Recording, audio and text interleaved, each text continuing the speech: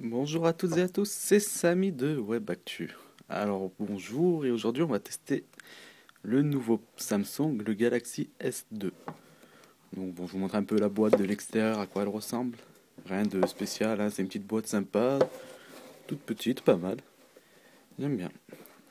Donc une fois qu'on l'ouvre, à l'intérieur, qu'est-ce qu'on retrouve? Bah la bête, forcément. Un peu dans l'emballage de l'iPhone, hein, il faut l'avouer quand même, il faut le dire. Et ensuite, qu'est-ce qu'on a? La petite notice de garantie. Donc là, bon, on avait les papiers dans lesquels j'avais les écouteurs, etc. Donc les écouteurs, qui sont vraiment pas mal, hein. Les écouteurs, pour avoir regardé quelques films et quelques musiques, je trouve ça vraiment bien. Avec les écouteurs, on a aussi les caches pour oreilles. Donc là, Samsung a été vachement sympa parce qu'ils nous en ont mis déjà deux de base sur les écouteurs et plus deux en plus pour chaque oreillette. Donc c'est sur le coup là, il faut avouer qu'ils n'ont pas été radiants. Et ensuite, donc on a un câble HDMI USB, mini USB, excusez-moi, USB pour le brancher le portable à l'ordinateur. Et le chargeur qui est tout petit, pas mal du tout. Par contre, il a un peu le défaut, je trouve, c'est qu'il chauffe rapidement quand vous le branchez. Donc bon, après c'est rien de méchant, hein, mais c'est un peu dérangeant. Voilà. Donc ensuite, si on prend le portable, quand même, le plus important c'est le portable. Donc Samsung, il n'y a rien à dire sur celui-là, ils ont aucun défaut. Moi je le trouve vraiment parfait, bien fini. J'en ai entendu quelques-uns me dire comme quoi ils aimaient pas spécialement les rebords, etc. Après là, c'est une question de goût, mais il n'y a rien à redire. On sent vraiment que le travail a été fini et a été bien fait. Donc qu'est-ce qu'on a en avant? On a le bouton central, bien sûr. On a l'appareil photo 2 millions de pixels et un capteur de luminosité. Donc je vous expliquerai tout à l'heure. À gauche, on a le bouton Power Hold. À, à droite du téléphone, ensuite, on a les touches volume, plus et moins. Bon, rien de spécial. En dessous, on a la prise pour brancher le téléphone.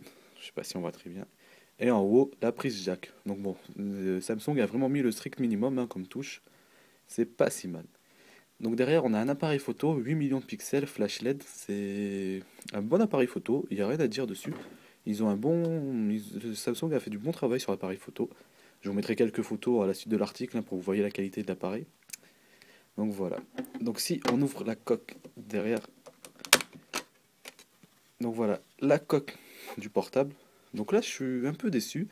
On a une coque qui est un peu toute fine, toute rigide, je sais pas. C'est quelque chose qui est pas, je suis pas spécialement fan. Moi, je trouve ça un peu fragile. Ça inspire pas confiance. Bon après, j'ai envie de dire c'est qu'une coque, on va pas l'enlever, la mettre tous les jours, je sais, mais voilà, c'est un petit point négatif s'il faut en trouver un à ce portable. Donc comme je vous disais, aussi pareil la même chose, pour mettre une micro SD, il faut enlever la batterie. C'est un peu dérangeant ça sur des téléphones maintenant qui sont quand même haut de gamme de devoir enlever une batterie pour mettre une micro SD. Bon après tout, il y a quand même 16 Go de mémoire interne, donc si vous rajoutez une micro SD, c'est que vraiment vous avez mis pas mal de musique, pas mal de vidéos, etc. Et la batterie qui est pas mal aussi, hein. La batterie c'est une 1650 mAh. Je sais pas si on voit. Eh bien non, on ne doit pas le voir particulièrement. Donc c'est du 1600, 1650 ampères, donc en fait c'est au-dessus de la moyenne des batteries des autres smartphones qui eux tournent environ à 1300, 1400 grammes, non, 1400 milliampères, excusez-moi. Donc là 1650, on est vraiment au-dessus. Voilà. Donc ensuite, le portable. Donc il est léger, hein, ce portable. Pour avoir eu des HTC à côté, même des iPhones, il est vraiment léger avec 116 grammes, c'est vraiment en dessous de la moyenne, hein. Donc une fois que vous l'allumez, vous appuyez sur le bouton central,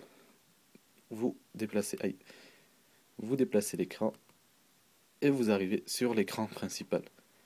Donc bon là c'est l'interface TouchWiz, hein, de Samsung.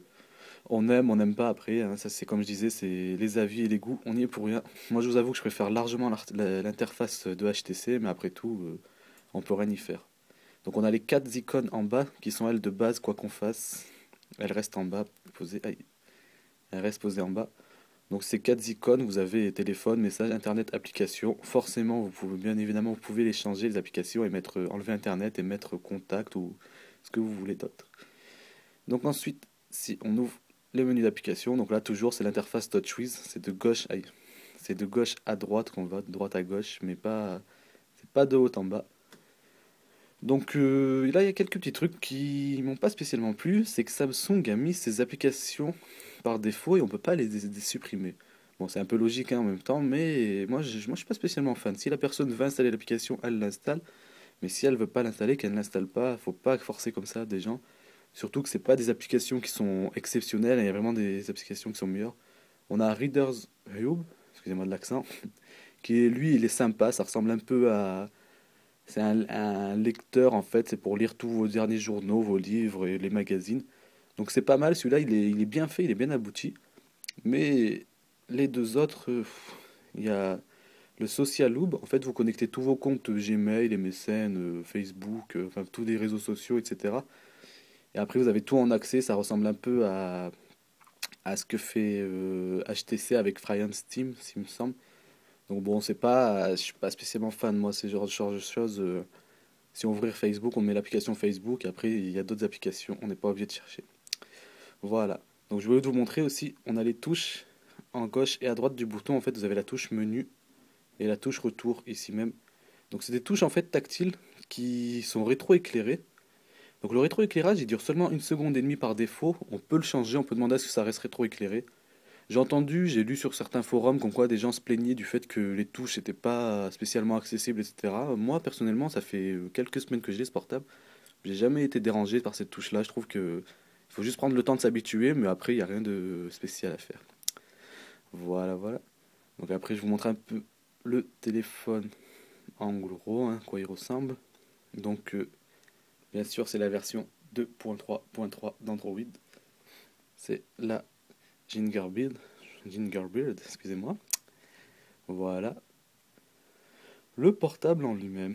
Alors, le portable, l'écran. C'est un écran Super AMOLED. Bon, là, c'est la marque de fabrique de Samsung. L'écran est vraiment incroyable.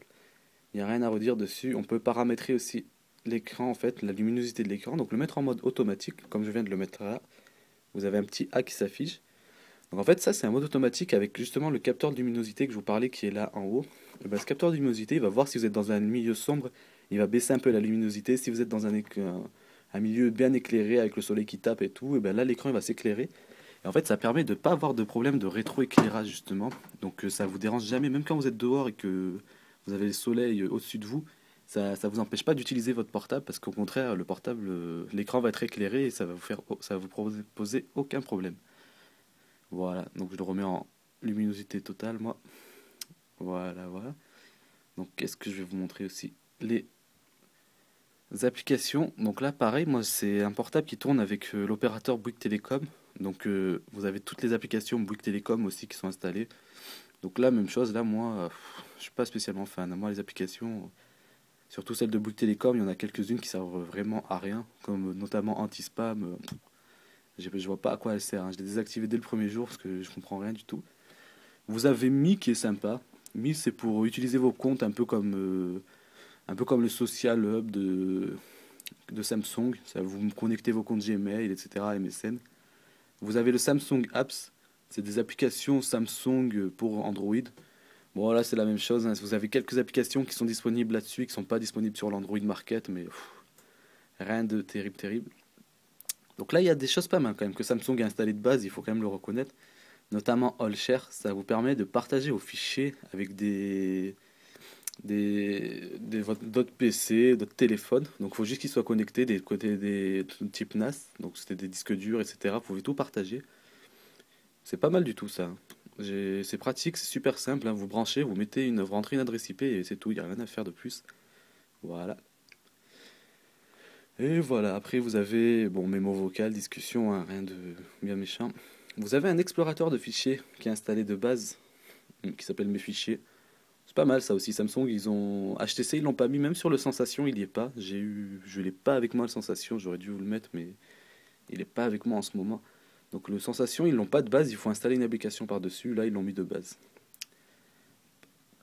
Pareil, après, la galerie photo, des photos avec Samsung.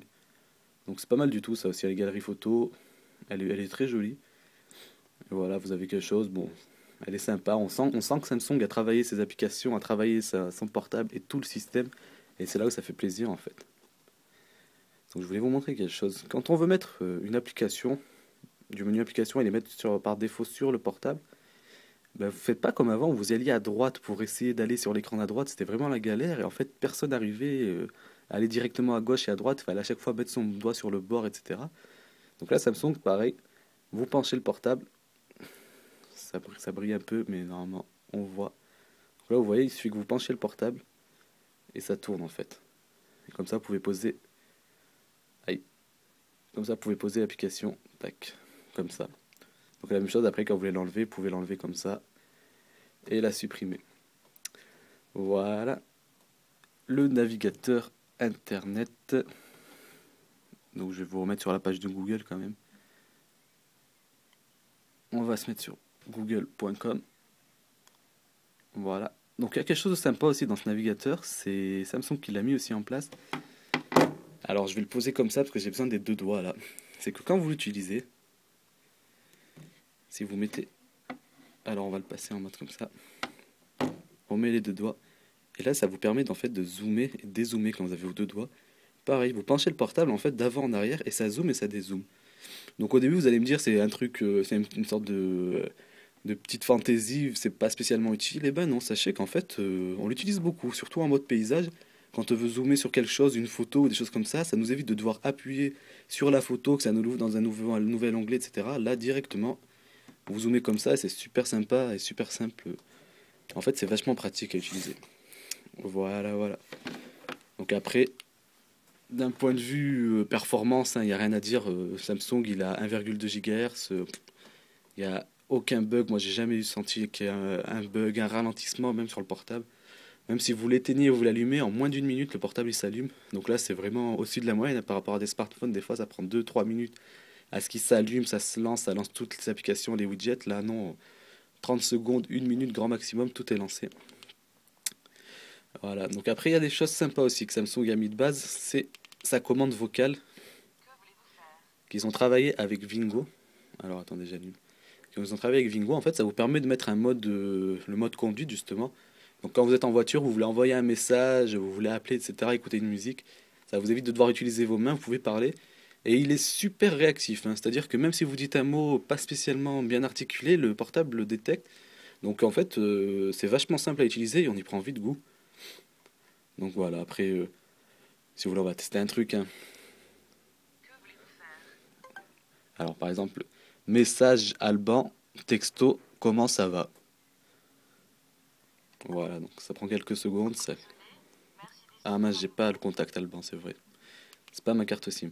Bon, bref, c'est pas spécialement, mais en gros, vous double-cliquez sur le bouton central et ça marche vraiment pas mal du tout. Voilà, voilà.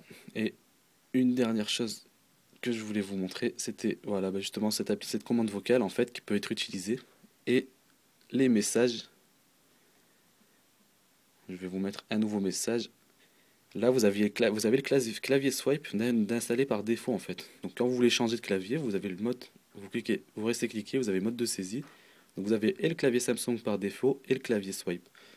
Donc moi j'ai laissé le clavier swipe, hein, je pense que tout le monde en a entendu parler au moins une fois, qui est super pratique quand on écrit, parce qu'il n'y a pas besoin de lever son doigt, en fait on enchaîne les lettres et c'est super pratique.